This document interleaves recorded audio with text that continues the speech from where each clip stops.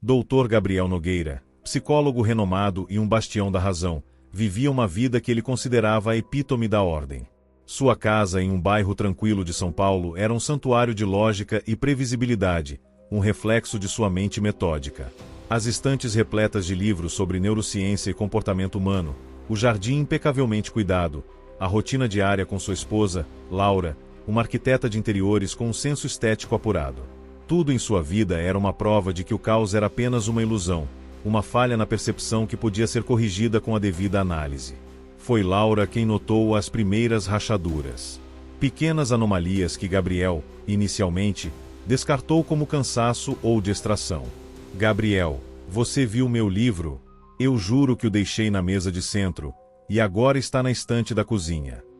Ou, ouvi um barulho estranho vindo do sótão, como se alguém estivesse arrastando móveis, mas não há nada lá. Gabriel, com sua paciência profissional, explicava: querida, você deve ter colocado o livro lá sem perceber. E o sótão? Bem, casas antigas fazem barulhos. É o assentamento da estrutura. Mas as anomalias se intensificaram. Uma manhã, Gabriel desceu para tomar café e encontrou a cozinha completamente reorganizada. Os armários estavam em lugares diferentes, a geladeira havia mudado de parede, e a ilha central estava virada de cabeça para baixo. Ele piscou, esfregou os olhos, e quando os abriu novamente, tudo estava de volta ao normal. Laura, sentada à mesa, o observava com uma expressão de pavor. Você viu, não viu? Ela sussurrou, sua voz embargada. Não estou louca, Gabriel. A casa está mudando. O ceticismo de Gabriel começou a se desintegrar. Ele testemunhou a sala de estar se transformar em um corredor sem fim, suas paredes se esticando e se contorcendo como massas de argila. O quarto de hóspede se tornou um cemitério de memórias, com objetos antigos que ele não via há anos, fotos de pessoas que ele mal se lembrava, tudo empoeirado e coberto por teias de aranha que pareciam se mover por conta própria.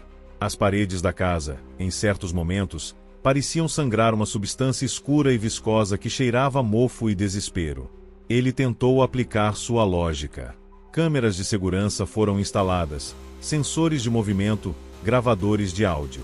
Mas as gravações mostravam apenas o vazio, as câmeras capturavam apenas a normalidade. Era como se a casa soubesse quando estava sendo observada, ou como se as distorções existissem apenas para ele e Laura.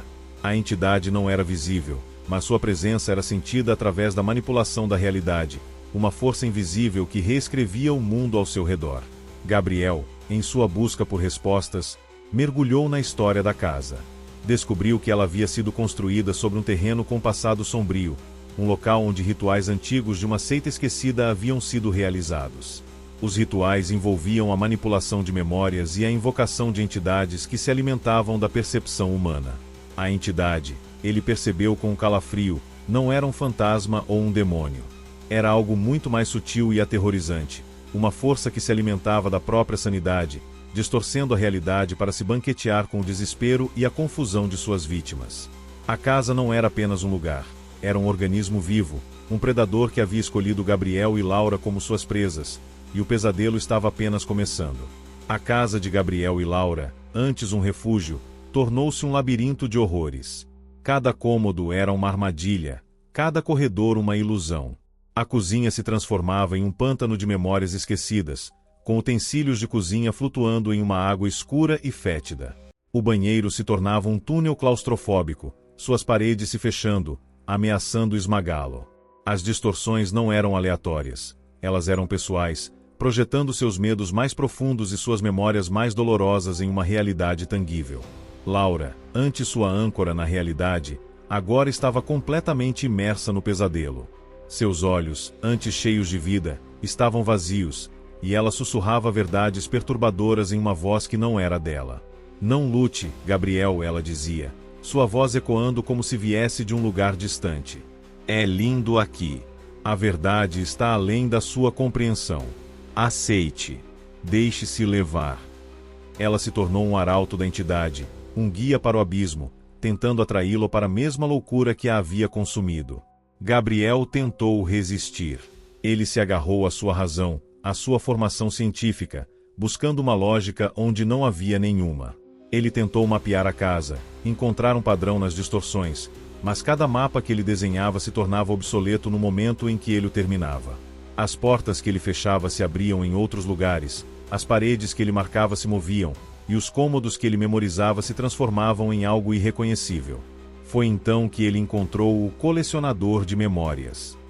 Não era uma figura física, mas uma manifestação da entidade através de objetos. Um relógio de bolso antigo que pertencia ao seu avô, uma boneca de porcelana que Laura havia guardado desde a infância, um livro de poemas que ele havia lido para ela em seu primeiro encontro. Cada objeto se tornava um portal para uma memória distorcida, uma lembrança que a entidade manipulava para atormentá-lo. O relógio de bolso tocava uma melodia fúnebre, a boneca sussurrava segredos sombrios, e o livro de poemas recitava versos de desespero e loucura. O colecionador de memórias não queria apenas assustá-lo, ele queria quebrar sua sanidade, fragmentar sua mente até que ele não pudesse mais distinguir o real do irreal.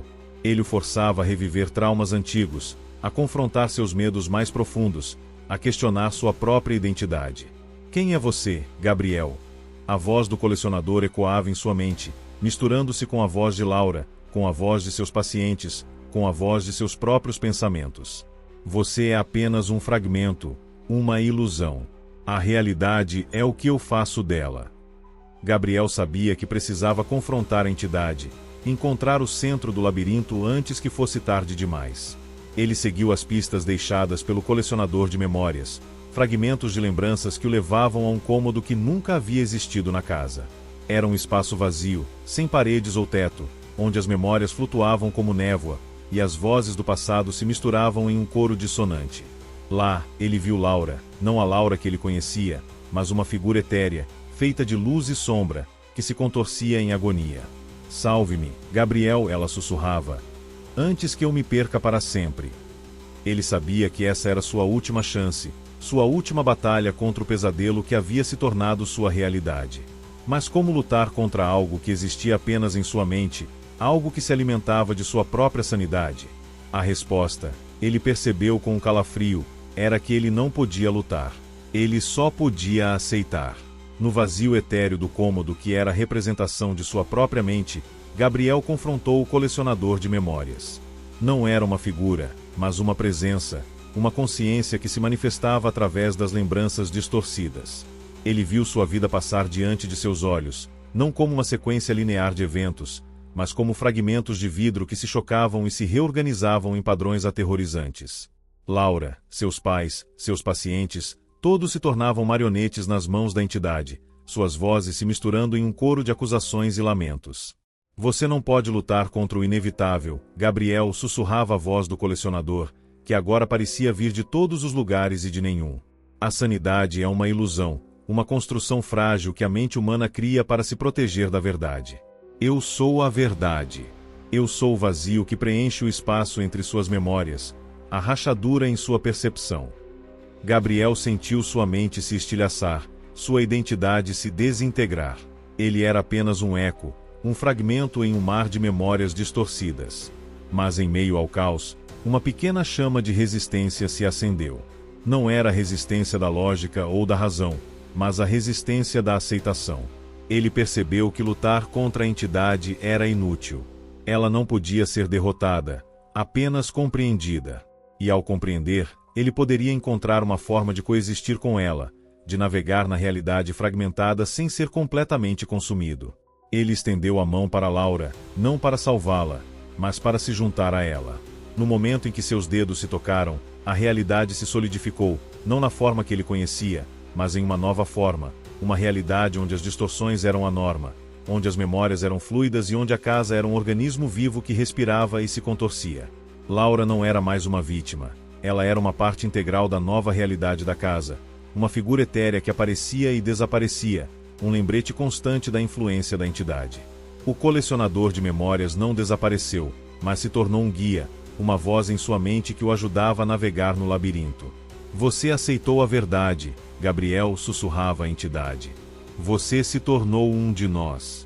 Agora, você pode ver o mundo como ele realmente é.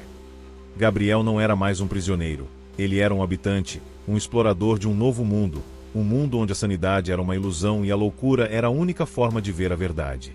Os anos se passaram, mas o tempo na casa de Gabriel e Laura havia se tornado uma abstração. Os dias se misturavam com as noites, as estações se confundiam, e a própria passagem do tempo era uma ilusão.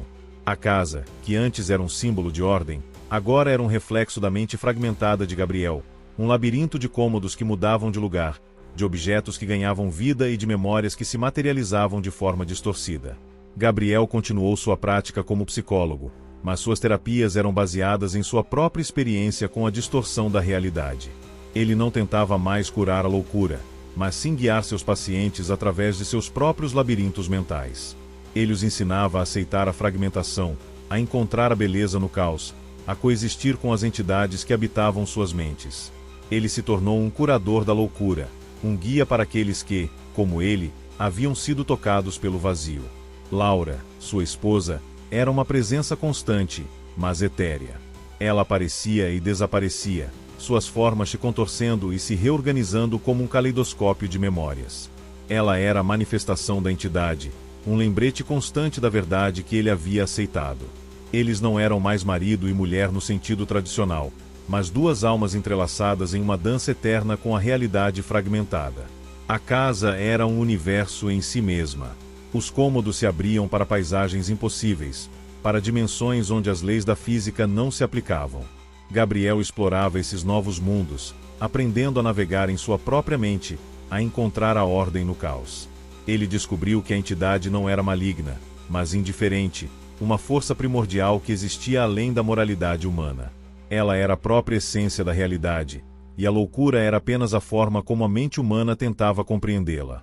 A última cena mostra Gabriel em seu consultório, que agora era um cômodo que se estendia infinitamente, com paredes que se moviam e objetos que flutuavam no ar. Um novo paciente entra, um jovem com olhos vazios e uma expressão de desespero. Doutor, ele diz, sua voz mal passando de um sussurro, eu não consigo mais distinguir o que é real do que não é, minha mente está se desintegrando. Gabriel sorri gentilmente, um sorriso que carrega a sabedoria de quem viu o abismo e retornou. Não se preocupe, meu jovem, ele diz, sua voz calma e reconfortante. Às vezes, a loucura é a única forma de ver a verdade. Ele pega um caderno e uma caneta, pronto para guiar mais uma alma através das águas perigosas da realidade fragmentada. Um guardião do limiar, um arauto do vazio, um homem que encontrou a paz no pesadelo que havia se tornado sua realidade. O terror reside na ideia de que a sanidade é uma ilusão, e que a verdadeira liberdade pode ser encontrada na aceitação da loucura e da realidade fragmentada.